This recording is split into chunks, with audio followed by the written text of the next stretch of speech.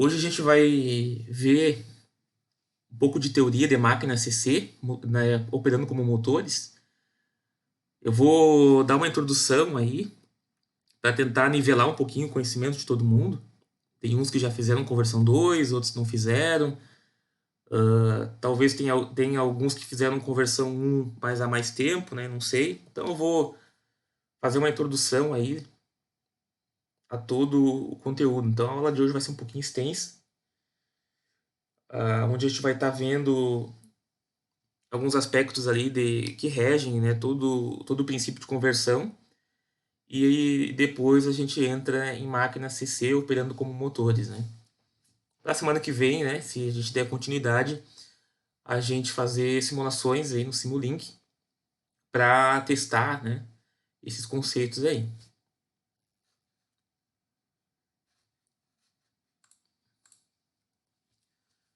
Alguns conceitos básicos de magnetismo.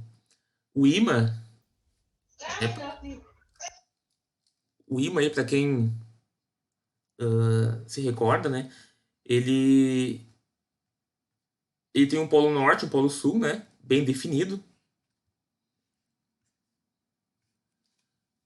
onde eu tenho os meus dipolos magnéticos orientados todos para a mesma direção, né? Eu tenho meus dipolos magnéticos, é um efeito de orientação dos domínios magnéticos do material, né? Então eu vou ter no ímã que esses domínios magnéticos se orientam de forma natural, formando um dipolo magnético, né? Ou um polo norte e um polo sul. Polo norte aqui e um polo sul.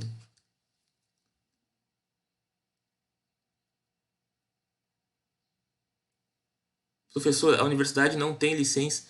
Então, essas questões aí eu conversei também com a coordenação, a gente pode, eu vou ver como é que a gente vai, durante essa semana, em relação a simulações, eu vou estar entrando em contato com vocês para nós adequar todas essas questões aí de software, tá? Mas fiquem tranquilos com isso aí, que a gente vai resolver isso aí, bem tranquilo.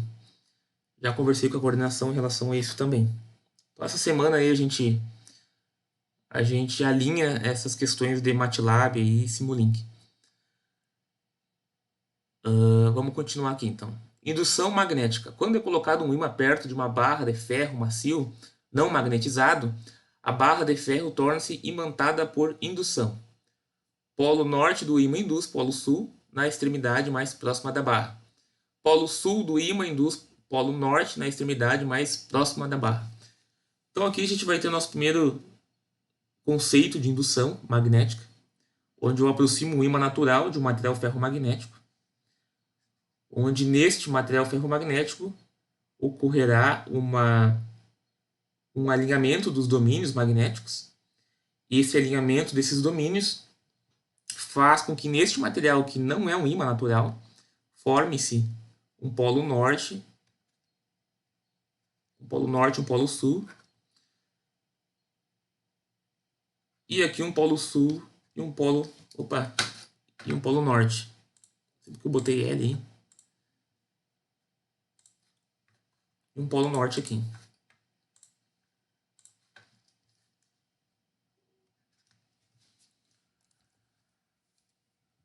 Campo magnético e linhas de campo magnético. Vamos definir então. Campo magnético é a região ao redor de um ímã na qual ocorre uma força magnética de atração ou de repulsão. O campo magnético pode ser definido pela medida da força que o campo exerce sobre o movimento das partículas de carga, tal como um elétron. A representação visual do campo é feita através de linhas de campo magnético, também conhecidas por linhas de indução magnética ou linhas de fluxo magnético, que são linhas envoltórias imaginárias fechadas que se saem do polo norte e entram no polo sul. Então, da mesma maneira que a gente tem lá na física 3, né, quando eu tenho acúmulo de cargas, eu vou ter aqui, quando eu tenho um ímã natural, né, eu vou ter linhas de campo, ou seja, uma dada região do espaço, onde estima que pode estar interagindo com algum outro tipo de material, né? Ou esse material vai estar sob a influência desse ímã. E essa influência, né, esse campo aí, ele tem uma dada região onde ele afeta o material. Essa região ela é dotada de linhas de campo que saem do Polo Norte e vão para o Polo Sul, né? Essas linhas são sempre linhas fechadas, saem e voltam ao mesmo ponto. As linhas nunca se cruzam. Fora do ímã, as linhas saem do Polo Norte e se dirigem para o Polo Sul. Dentro do ímã, as linhas são orientadas do Polo Sul para o Polo Norte. Saem e entram na direção perpendicular à superfície dos polos. E nos polos, a concentração das linhas é maior. Então, quanto maior a concentração de linhas, mais intenso será o campo magnético numa dada região. Então, aqui, né, nessas regiões aqui eu vou ter uma intensidade de linhas mais elevada do que nesses pontos aqui onde eu tenho maior dispersão, né. Pessoal, eu estou com alguns aplicativos abertos. Se alguém quiser fazer algum comentário, por gentileza, abre o áudio aí para mim, que fica mais fácil. Senão eu vou ter que ficar toda vez minimizando aqui, tá? Quem é que não pode? Tem alguém que não pode mandar áudio, que está com algum problema? Eu posso. Tá. Ô, professor, o senhor grava as aulas? Sim, as aulas são gravadas, essa aula aqui também. A web aula 1 eu não acabei não colocando lá ainda, né? Eu vou colocar já, essa semana eu vou colocar junto com a web aula 2, que é a de hoje. Tá perfeito, obrigada. A Cristina, tu tem áudio? Acho que a Laís não tem, né? Eu tenho. Ah. Então, se a Laís falar alguma coisa aqui no chat, vocês, por favor, me comuniquem caso eu não veja. Tá? Vamos continuar aqui. Se dois polos diferentes de ímã são aproximados, haverá uma força de atração entre eles. As linhas de campo se concentrarão nesta região e seus trajetos serão completados através dos dois ímãs. Se dois polos iguais são aproximados, haverá uma força de repulsão e as linhas de campo divergirão, ou seja, serão distorcidos e haverá uma região entre os ímãs onde o campo magnético será nulo. Então, se eu aproximo dois ímãs, eu vou ter uma interação entre as linhas de campo, que vão sair do polo norte de um ímã e entrar no polo sul. E se eu aproximo dois polos iguais, eu vou ter essa dispersão aqui, né, de linhas, em virtude da polaridade. Fluxo magnético, pessoal, simbolizado por φ, é definido como a quantidade de linhas de campo que atingem perpendicularmente uma dada área. A unidade de fluxo magnético, no SI, é o Weber. 1 Weber corresponde a 1 vezes 10 na 8 linhas de campo magnético. Então, fluxo magnético é a quantidade de linhas que atravessam uma dada área. Permeabilidade magnética. Se um material não magnético for colocado na região das linhas de campo de um ímã, haverá uma imperceptível alteração da distribuição das linhas de campo. Entretanto, se um material magnético como o ferro for colocado nas regiões das linhas de campo de um ímã, estas passarão através do ferro em vez de ser distribuídas no ar ao seu redor, porque elas se concentram com maior facilidade nos materiais magnéticos. Então, dependendo do material que eu aproximar desse ímã aqui, eu vou ter uma concentração de linhas de campo, em virtude que esse material aqui tem uma maior permeabilidade magnética. As linhas tendem a passar por dentro dele, né, através dele. Então, eu vou ter uma intensificação do meu campo, em virtude que a minha permeabilidade do ferro é maior que o ar. Nesse exemplo aqui. Aqui eu tenho vidro, então notem que as minhas linhas de campo elas não se alteram, né? Não se alteram. Eu vou ter as linhas trafegando de uma maneira, né, natural, né? Não vai ter nenhum tipo de alteração na direção das linhas de campo, em virtude que esse material aqui não tem uma permeabilidade maior, né, que o ar. A permeabilidade relativa é dada pela permeabilidade do material dividido pela permeabilidade no vácuo. onde o meu μr é a minha permeabilidade relativa do material, o meu μm é a permeabilidade de um dado material, e o meu μ0 é a permeabilidade do vácuo. Então dá para dizer que o meu μ total, né, meu μm, ele vai ser o produto entre a minha permeabilidade relativa e a minha permeabilidade no vácuo, onde a permeabilidade no vácuo é dada por 4π vezes 10 a menos 7. Também pode ser expressa por Tesla metro por ampere ou ainda Henry por metro. Assim, 1 Henry equivale a 1 Weber por ampere. A permeabilidade magnética de todos os materiais não magnéticos, como o cobre, alumínio, madeira, vidro e ar, é aproximadamente igual à permeabilidade magnética do vácuo. Então tem alguns materiais que possuem a mesma permeabilidade do vácuo, né? onde o μr deles é igual a 1. Esse μr aqui é igual a 1, então a permeabilidade total do material vai ser a multiplicação desses dois termos aqui. E como esse termo aqui é igual a 1, eles vão ser praticamente idênticos à permeabilidade no vácuo.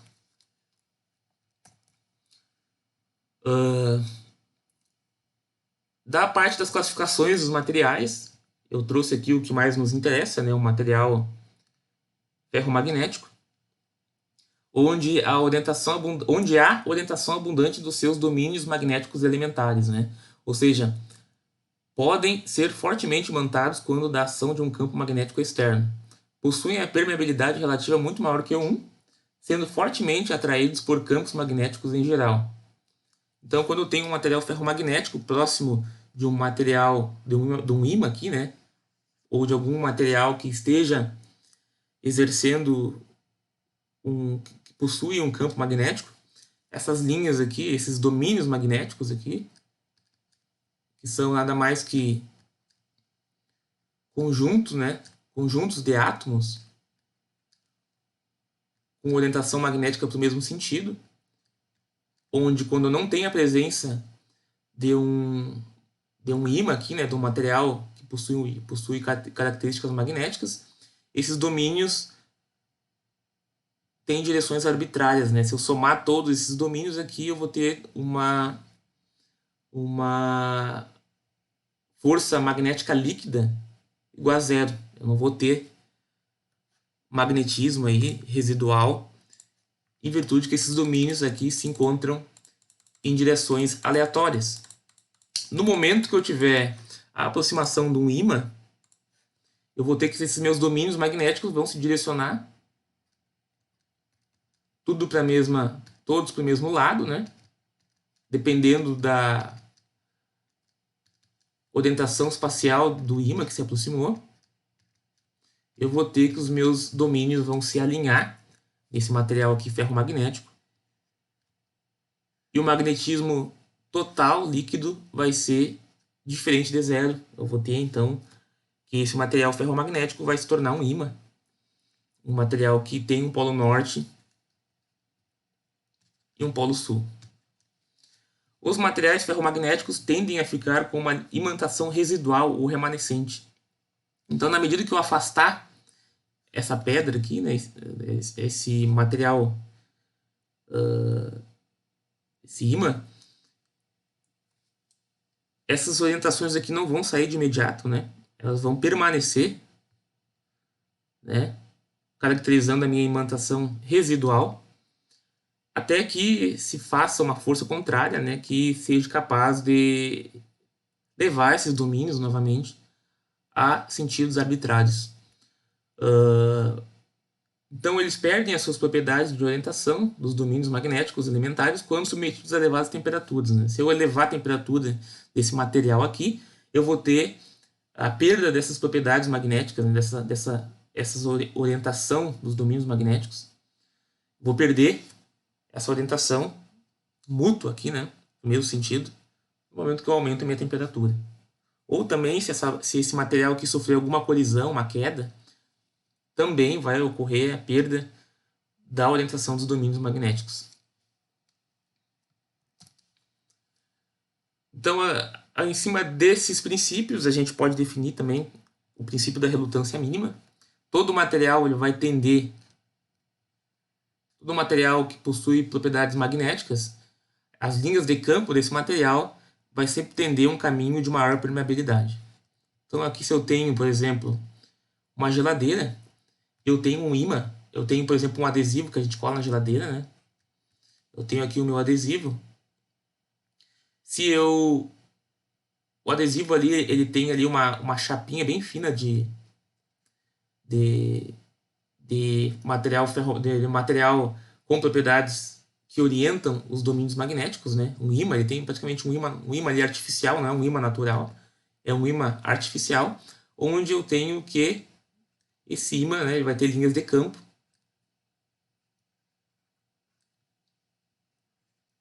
passando pelo ar, né? Saindo do polo norte dele e entrando no polo sul, né? Eu vou ter linhas aqui. No momento que eu aproximo esse ímã aqui da geladeira, aproximo na geladeira, né? Encosto aqui, vai ocorrer aqui uma força de atração, né? Essa força de atração, ela ocorre devido que as linhas de campo vão tender para o caminho de maior permeabilidade, ou seja, a madeira, a geladeira, ela é constituída de material ferromagnético, né? Alumínio, aço, ferro, né? Então, as minhas linhas vão tender a fazer qual caminho? Fazer esse caminho aqui, né? Por isso que eu tenho essa força de atração entre a geladeira e o ímã, porque as linhas tendem a escolher um caminho de maior permeabilidade, ou seja, um caminho onde elas têm uma facilidade em trafegar. Então eu vou ter essa característica aqui, né, que vai gerar uma força aqui, né, que como resultado dessa interação aí, eu vou ter uma força que segura o ímã, o adesivo, na geladeira. Então a minha relutância magnética ela é dada por essa fórmula aqui, né? Então aqui eu tenho no exemplo anterior, eu tenho que a geladeira ela apresenta uma menor relutância magnética, a passagem das linhas de fluxo. E essa fórmula aqui eu posso relacionar com a lei de Ohm, né? Então, são bem análogas à lei de Ohm. A relutância magnética é inversamente proporcional à área, ou seja, maior a área, menor resistência ao fluxo de linhas de campo.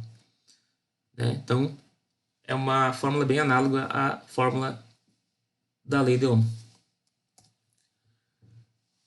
Então, a gente falou sobre fluxos, né? Linhas de fluxo magnético. Existem algumas formas de eu gerar essas linhas que não é a partir de ímãs naturais, né? Que é a passagem de corrente dentro de um fio. Né? Quando eu tenho passagem de corrente dentro de um fio, eu vou ter aqui a aparição de linhas de campo magnético resultantes dessa passagem, né, de cargas elétricas aqui em movimento, né? Eu tenho cargas elétricas que estão se movimentando dentro desse condutor. Eu vou ter o aparecimento de linhas de campo magnético.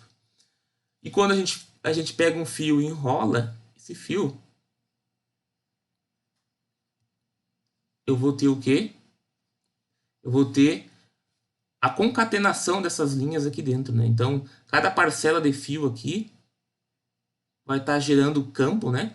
E quando eu faço esse enrolamento aqui, eu vou ter que as minhas linhas de campo vão se concatenar e vão fazer um caminho fechado, né? Onde as linhas vão englobar todo esse enrolamento aqui, né? Não mais isoladamente para cada fio. Eu vou ter uma concatenação desse fluxo, né? Que vai gerar linhas de campo dessa maneira aqui. Até aqui tá tranquilo, né, pessoal? Só revisando alguns conceitos de conversão 1, né? Só para fazer uma refrescagem aí da memória.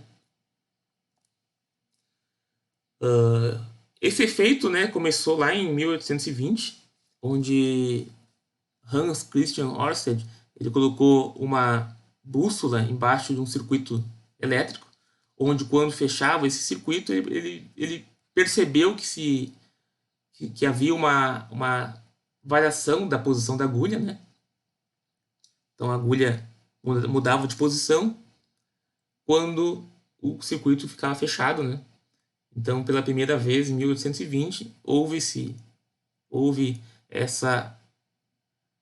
um experimento que atestou a interação entre corrente elétrica e campo magnético, em virtude que esse fio aqui, ele gera, né, quando eu fecho aqui meu circuito, ele gera linhas de campo que interagem com a agulha, né, que é um material ferromagnético que aponta, né, quando não tenho uma aproximação de um circuito elétrico, ele vai apontar para o norte geográfico aí, né, para o norte magnético, desculpa, da Terra, né. E no momento que eu tenho um campo mais intenso, né, perto dela, vai ocorrer esse fenômeno aí. Então, o que ele atestou? Também, quando ele abria o circuito, ele percebeu que a agulha voltava para a posição inicial, né? E o que ele nos constatou? Todo condutor percorrido por corrente elétrica cria em torno de si um campo eletromagnético. Em decorrência dessas descobertas, foi possível estabelecer o princípio básico de todos os fenômenos magnéticos. Quando duas cargas elétricas estão em movimento, manifesta-se entre elas uma força magnética além da força elétrica, ou força eletrostática. Então, a partir desses experimentos, né, já teve aqui duas constatações que relacionam as cargas, né, com uma força além da força eletrostática, né? Agora aqui a gente tem a força magnética. E na lei de Ampère, lá de física 3 também, a gente aprende a calcular quais são as minhas... Qual é a intensidade do meu campo, do meu B, quando eu faço o quê? Quando eu traço uma amperiana, né? Em volta do meu condutor. Na medida que eu traço essa amperiana, né, eu faço uma integral aqui de linha.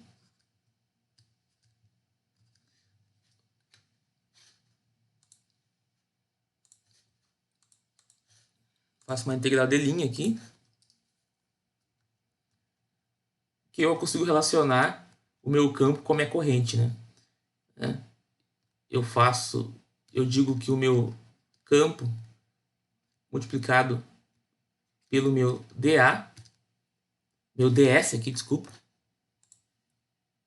meu comprimento elementar. Cadê meu mouse aqui agora?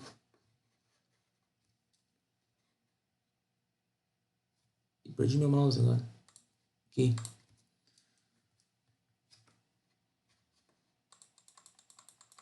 Aqui é o meu ds. Porque eu vou estar integrando essa curva aqui, né? Aqui eu estabeleço uma amperiana.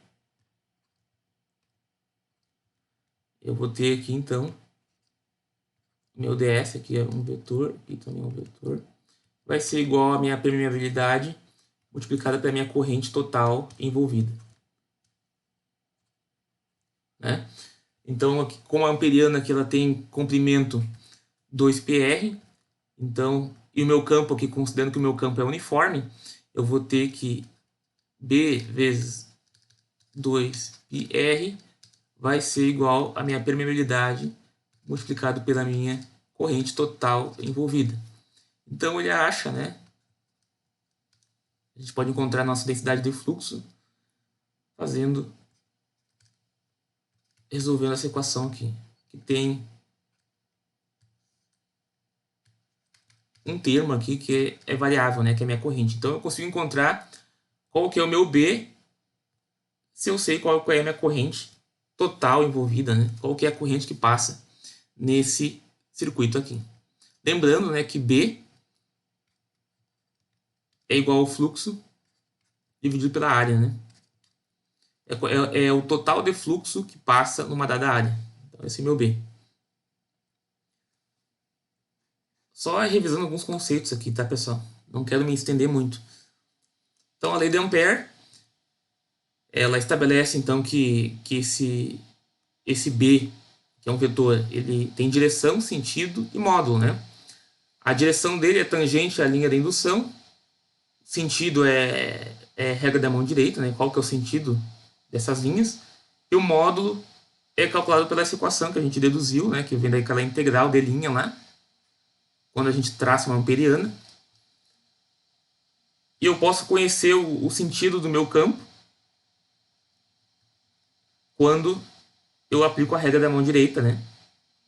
A regra da mão direita de Ampère. Onde para cá eu tenho, aqui para cima, eu tenho a minha corrente, né? A minha corrente flui nesse condutor aqui de baixo para cima. Eu vou ter que o meu campo, que as linhas do meu campo vão ter esse sentido aqui.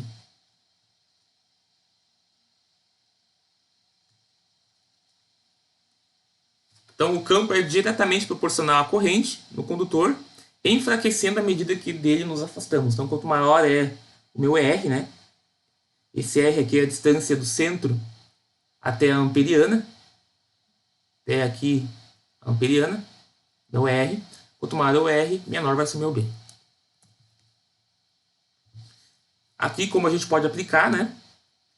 Se a minha corrente está para baixo, eu vou ter que a minha densidade meu B vai ter sentido onde ele entra no lado esquerdo e sai do lado direito, né? Lembrando a regra do ponto do X, o ponto representa um fio, uma linha de campo ou um vetor com direção perpendicular ao plano, com sentido de saída deste plano. E X representa um fio, uma linha de campo ou um vetor com direção perpendicular ao plano, com sentido de entrada neste plano. Então, quando eu estou entrando no plano, eu vou ter o X. Então, se está para cima a corrente, pela regra da mão direita, tentem fazer isso, pessoal, para você já ir se inteirando aí com essas forças que a gente vai trabalhar bastante em cima disso aí. Então, tentem imitar ali a mão ali para vocês já se ver se vocês conseguem entender isso aqui. Quando eu tenho a corrente para baixo, eu vou ter esse sentido aqui de campo. Quando eu tenho a corrente para cima, eu vou ter esse sentido de campo aqui.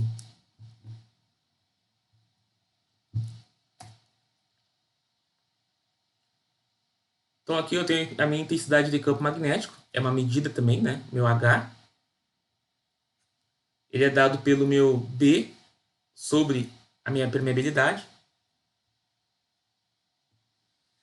É frequentemente útil em cálculo de circuitos magnéticos trabalhar-se com uma grandeza representando o campo magnético que seja independente do meio no qual o fluxo magnético está imerso.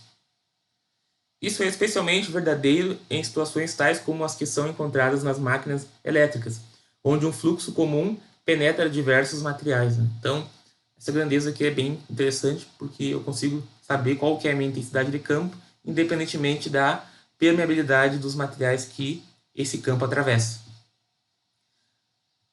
No sistema internacional, a unidade da intensidade de campo magnético é ampere por metro. Eu também posso relacionar a minha intensidade de campo com número de espiras de um enrolamento, né? Se eu tenho um enrolamento aqui, eu posso relacionar pelo número de espiras, né? 1, 2, 3, 4, 5, vezes a corrente que passa total, aqui, multiplicado, dividido pelo comprimento dessa espira aqui, o comprimento dessa área aqui, essa região aqui.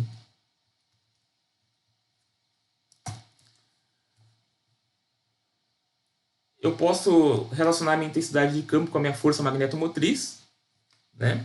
Dessa maneira aqui.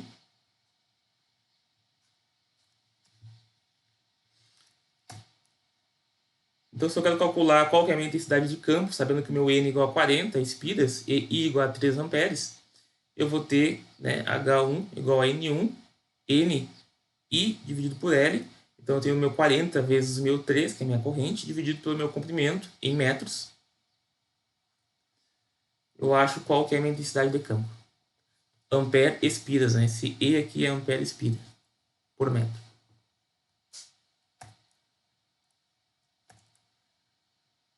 A gente também tem as curvas de saturação, que a gente pode relacionar, que relaciona, né, o nosso B com o nosso H, onde eu tenho que o meu B e o meu H são diretamente proporcionais à minha corrente. Então eu posso encontrar uma relação, né, entre o meu B e o meu H. E eu posso perceber que na medida que eu aumento a minha intensidade de campo, o meu B não é proporcional, né? Há uma saturação aqui, e não aumenta mais a minha densidade de campo. Em virtude de quê? Em virtude que eu não tenho mais domínios magnéticos dentro do material, né? Digamos aqui que eu tenho um material ferromagnético aqui e eu tenho uma bobina aqui, né? Deixa eu ver se eu sei desenhar isso. Eu tenho uma bobina aqui.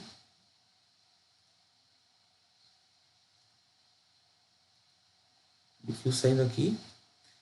Então, quando eu coloco esse núcleo aqui ferromagnético, eu vou ter o quê? Uma intensificação das minhas linhas de campo, né?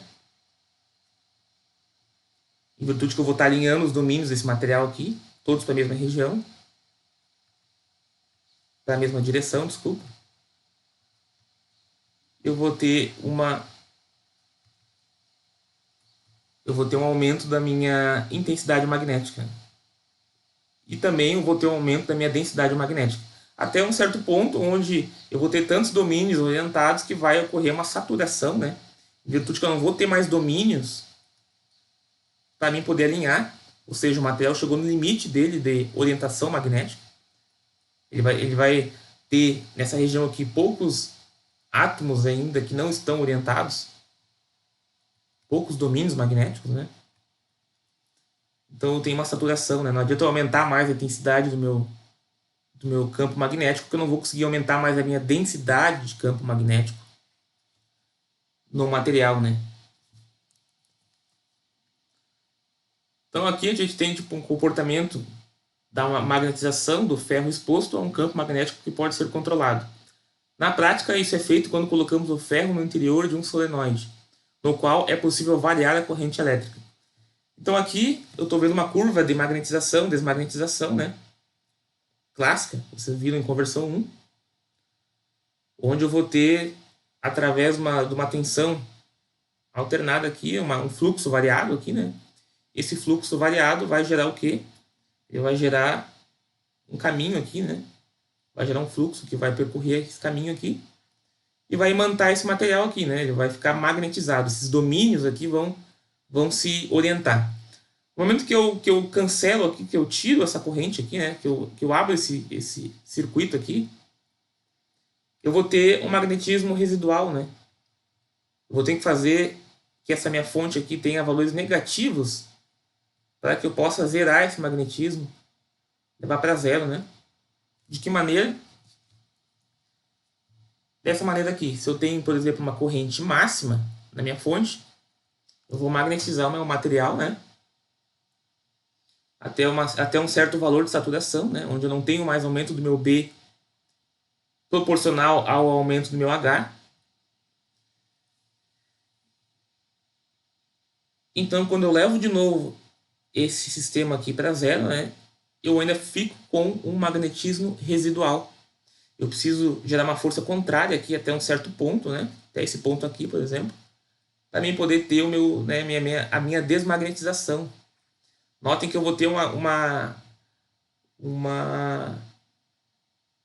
perda energética aqui, né? Eu vou gastar energia para mim desmagnetizar esse material. Então isso é uma característica, né, que eu vou ter em materiais ferromagnéticos. Eu vou ter essa curva aqui mais estreita ou mais larga. Quanto mais larga ela for, maior vai ser a energia que eu vou ter que empregar para poder desmagnetizar esse material aí. Então aqui a gente tem uma curva larga, onde ela é muito presente em materiais duros, né? Que apresentam elevado magnetismo residual, o que implica na necessidade de uma elevada força coercitiva. Então eu tenho que ter uma força coercitiva muito elevada para poder desmagnetizar esse material aqui. Mas tem bastante aplicação São utilizados como ímãs permanentes em dispositivos e equipamentos que requerem elevado grau de magnetismo residual, como alto-falantes, telefones, medidores, etc. São exemplos de materiais magnéticos duros o aço carbono, o alnico, o alcomax e o bismanol. Então eu tenho aplicação, né? Quando eu tenho essa curva aqui de desmagnetização bem larga. Em alto-falantes eu vou ter um material ali artificial, um ímã artificial, né, para excitar a bobina do alto-falante, onde esse ímã ele precisa ter um magnetismo residual bem grande, né, para que não ocorra a desmagnetização desse ímã, né, que tem dentro do alto-falante.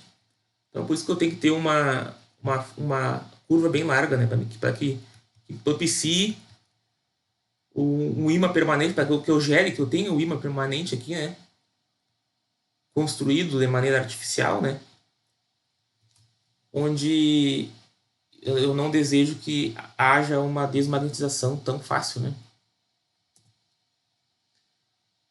E aqui a gente vai ter curvas mais estreitas, né, que é o que se utiliza em transformadores, máquinas. Em virtude que eu vou ter uma energia baixa, eu não quero ter perda de energia para poder desmagnetizar isso aqui, né? Então, são utilizados na confecção de núcleos de transformadores, máquinas elétricas rotativas. A área do ciclo de esterese está associada às perdas no núcleo, que são indesejáveis em equipamentos de alto rendimento, transformadores e máquinas rotativas. São exemplos de materiais magnéticos moles o ferro, aço doce, aços com baixo teor de carbono, ferro silício, no metal e permanol. Então, eu utilizo esse material aqui, né, em transformadores, em virtude que eu não quero ter perdas, né? Vou ter várias perdas no transformador. Uma delas é por esterese magnética, que é essa perda aqui, né? Eu tenho que desmagnetizar o material, porque no transformador eu tenho uma tensão alternada, né? E essa tensão alternada vai estar magnetizando para um lado e para o outro lado, né? Em cada ciclo da minha tensão alternada, eu vou ter uma corrente alternada que vai gerar um fluxo alternado. Esse fluxo vai estar magnetizando para um sentido ou para o outro sentido, né? A minha curva do meu material. Então eu vou ter uma perda em relação a isso, né? Que outras perdas eu tenho no transformador? Quem é que lembra de conversão 1 aí?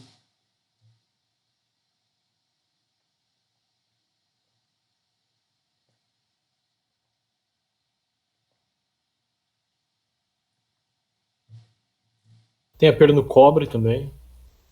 Perda no cobre, sim. Mas perdas relacionadas a fluxo, que nem esse aqui. Isso aqui é uma perda relacionada a fluxo, né? Que outra perda que eu tenho que eu posso relacionar com fluxo, que é originária do fluxo magnético gerado, que eu tenho perdas no material ferromagnético.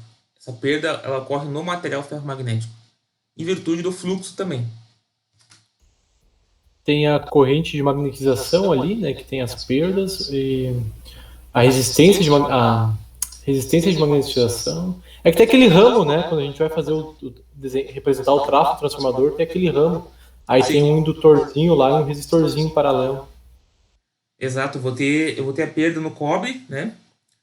Dos enrolamentos da alta.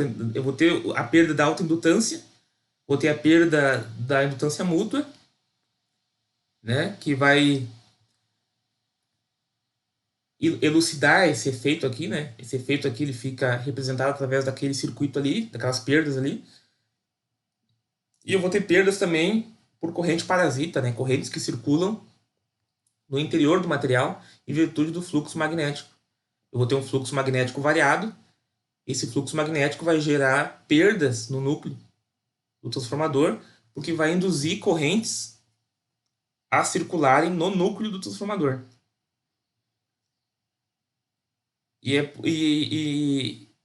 Quem é que lembra disso? Alguém lembra disso aí?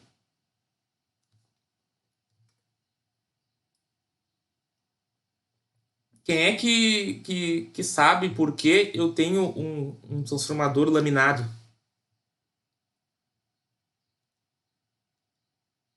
Por que o transformador ele tem lâminas? Como assim laminado? Eu tenho meu transformador aqui, né?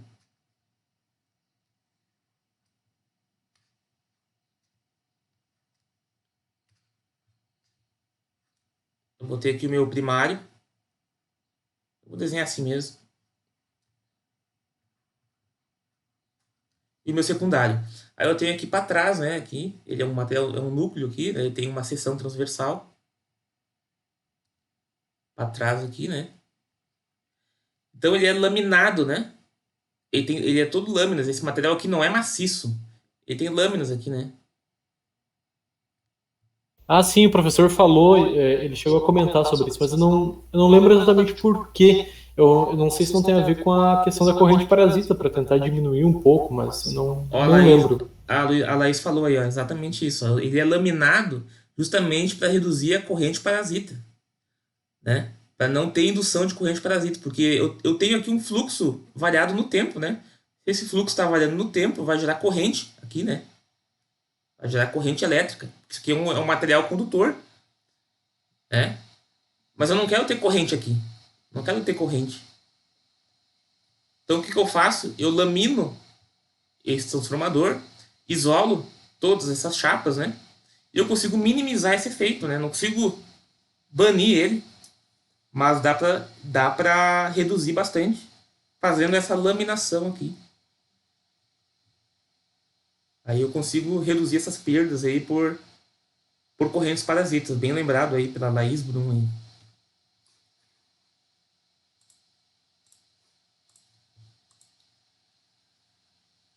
Então aqui, pessoal, só dando uma revisada por cima, né?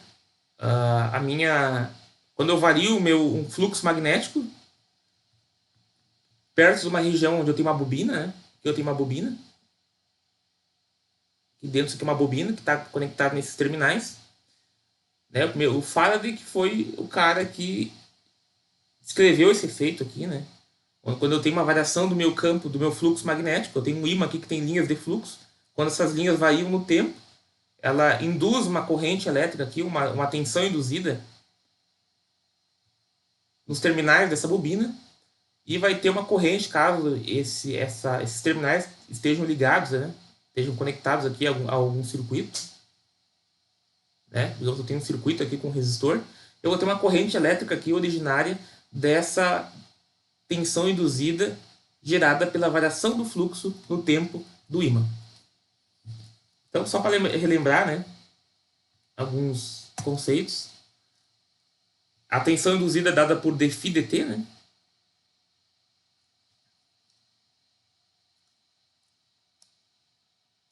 Ao se aproximar ou afastar o ímã do solenoide, bobina, ocorre um deslocamento do ponteiro do galvanômetro. Quando o ímã está parado, independentemente de quão próximo este esteja do solenoide, não há deslocamento do ponteiro do galvanômetro. Então eu tenho que ter variação de fluxo. Esse ímã que tem que estar aproximando e afastando para mim ter uma tensão induzida, né, uma corrente, propriamente dita, no circuito, na espira ali em questão. Então a lei de Faraday declara que sempre que houver variação do fluxo magnético através de uma espira, surgirá nesta espira uma força eletromotriz induzida, uma FEM. A lei de Faraday também declara que o valor da tensão induzida em uma simples espira de fio é proporcional à razão da variação das linhas de força que passam através daquela espira, ou se concatenam com ela. Então tá aí, né? O que a gente falou antes, tá descrito aí, conceituado. E ele também percebeu que quando ele liga um ímã natural, né? Uma bobina, quando ele pega uma bobina, isso aqui é uma bobina também.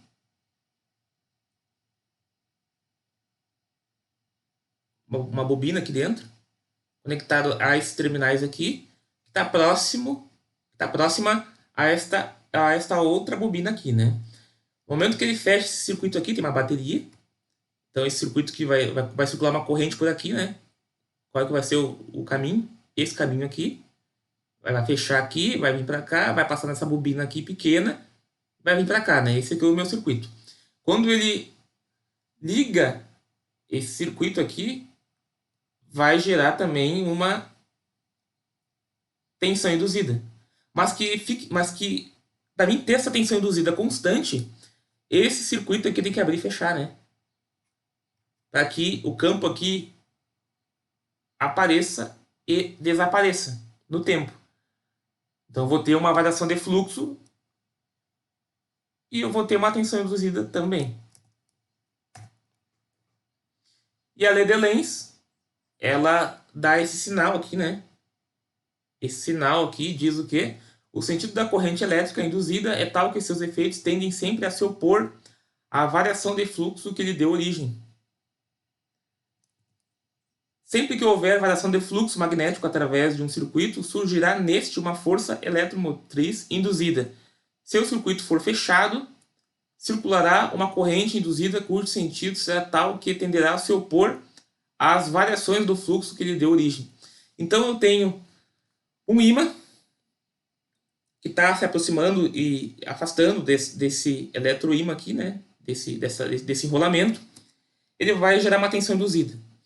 Essa tensão induzida vai ter sinal tal que a corrente que circulará aqui vai gerar um outro campo magnético, onde esse campo magnético vai se opor a esse ímã aqui, ou seja, vou ter um norte aqui quando isso aqui se aproximar,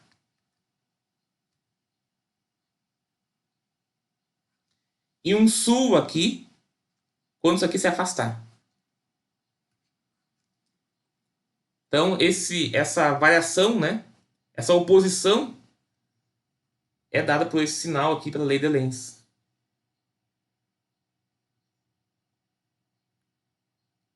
Tá tranquilo aqui, né, pessoal? É tudo chovendo molhado, acho, para vocês, né?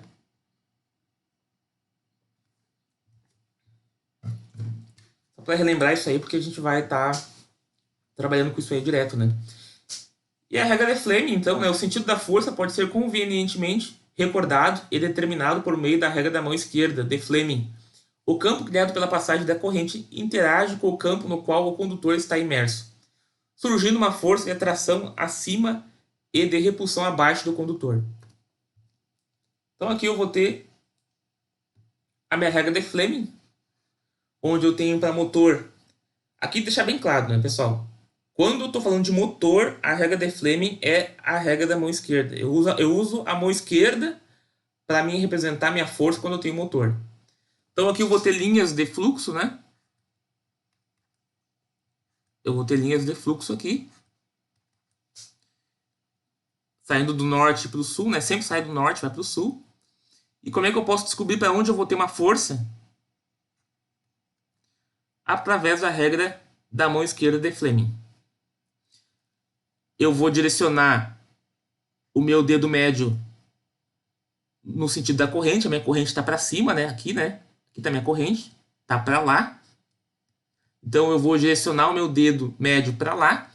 Eu vou direcionar o meu dedo indicador no mesmo sentido das minhas linhas de campo. E o meu polegar vai estar para cima, ele vai me dizer para onde que vai estar a força resultante, né, da interação entre o meu campo e a minha corrente, que circula aqui no condutor. Quando eu estiver falando de motor. Quando eu estiver falando de gerador, eu vou usar a mão direita.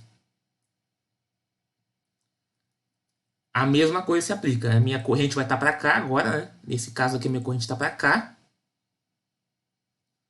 Então, eu vou apontar meu dedo médio para o mesmo sentido da minha corrente, aqui meu I, né? O meu dedo indicador vai estar no mesmo sentido que o meu campo.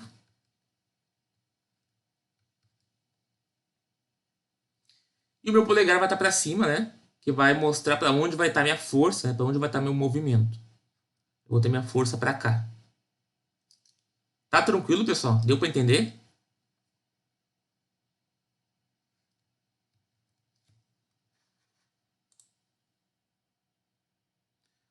Pessoal, vamos dar uma pausa aí até as 9, que hoje a aula eu vou estender até as 10 e pouco ali, então vamos dar uma pausa aí, dar uma respirada, que daqui para frente vai entrar a parte de motores, fundamento de máquina CC, e eu quero passar tudo de uma vez só isso aqui, então vamos dar uma pausa ligeirinho, pode ser? A gente retorna aqui às 9, porque a aula de hoje é 3 horas, né? Então a gente dá uma parada agora e volta às 9. Então aguardo vocês aí às 9.